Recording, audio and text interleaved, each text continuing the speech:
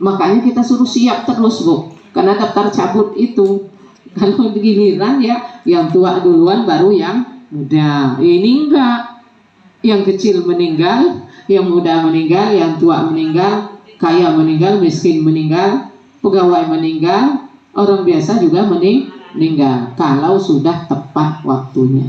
Maka dalam Quran Allah sudah ngomong, Bismillahirrahmanirrahim, idza jaa ajaluhum la yastakhiruna sa'atan wa la yastaqdimun. Kalau ajalnya seseorang itu sudah sampai, dia nggak bisa mundur, nggak bisa maju. Tepat waktu, tepat tempat. Ada orang yang lagi ini lagi kemana gitu, terus dia pengen mau cepat-cepat pulang, sampai rumahnya udah meninggal.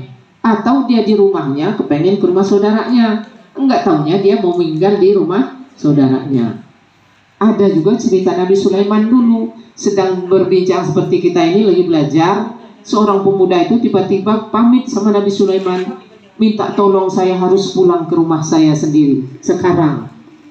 Dalam cerita itu, wallahu a'lam banyak versinya, tapi satu riwayat mengatakan sorbannya Nabi Sulaiman dikasih dengan orang pemuda itu. Lalu dia terbang ke negerinya pakai sorban Nabi Sulaiman alaihissalam. Karena Nabi Sulaiman itu bisa memerintah semuanya kan.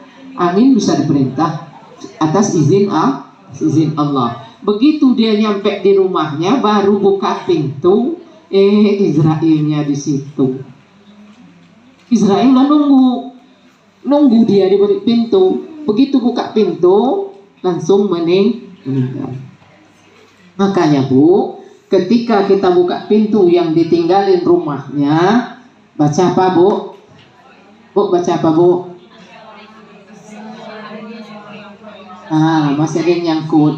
Assalamualaikum wa ala ibadillahis sholihin. Kita ulang terus itu, tapi ada yang lupa, ada yang lupa.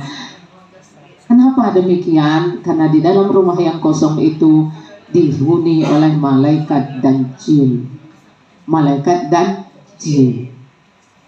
Jadi jangan asal kita Bu rumah kosong itu nggak ada apa-apa. Mereka yang menempati. Makanya rumah itu jangan lama-lama kosong.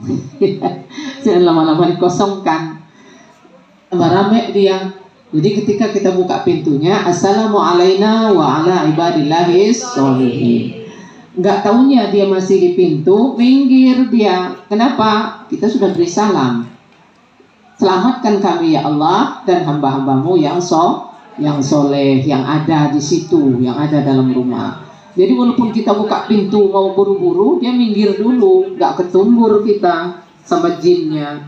Nah kalau kita ketumbur jinnya malah dirangkul Bu. Ibu ya.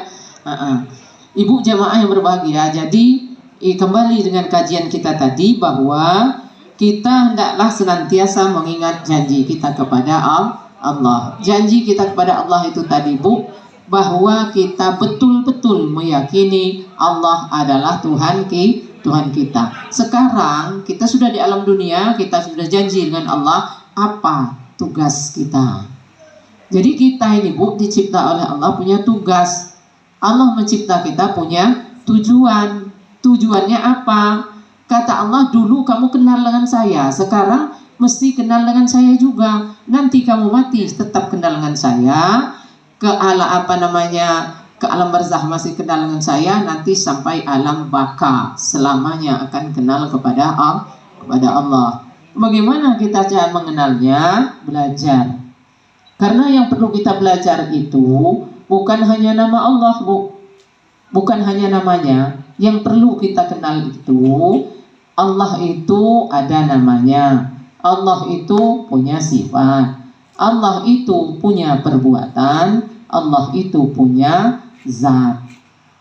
Jadi ada sifat, ada asma Allah, ada sifat Allah, ada zat Allah, ada af'al Allah. Jadi 4 ini Bu mesti kita tahu. Selama ini kita baru tahu asma'nya saja. Asma Allah ada berapa Bu? Nama Allah 99, 1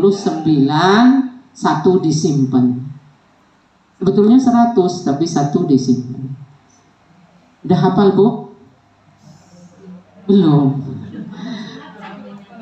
Ya dibaca-bacalah Asmaul Husna kita yang Bismillahibada'na walhamdulillirabbina assalatu wassalam linnabi habibina ya Rahmanu ya Rahim ya Maliku ya Kudus ya Salamu ya Mu'min ya Muhaimin ya Aziz, dan seterusnya. Bu, masih dibaca Bu? Luar biasa. Asmaul Husna itu Bu, luar biasa. Maka sering kami sampaikan, baca dulu Bu keterangan sebelumnya itu untuk apa dia itu. Ketika kita sudah melazimkan itu, pasti ada faedah manfaatnya dan barokahnya. Ya Bu ya. Jadi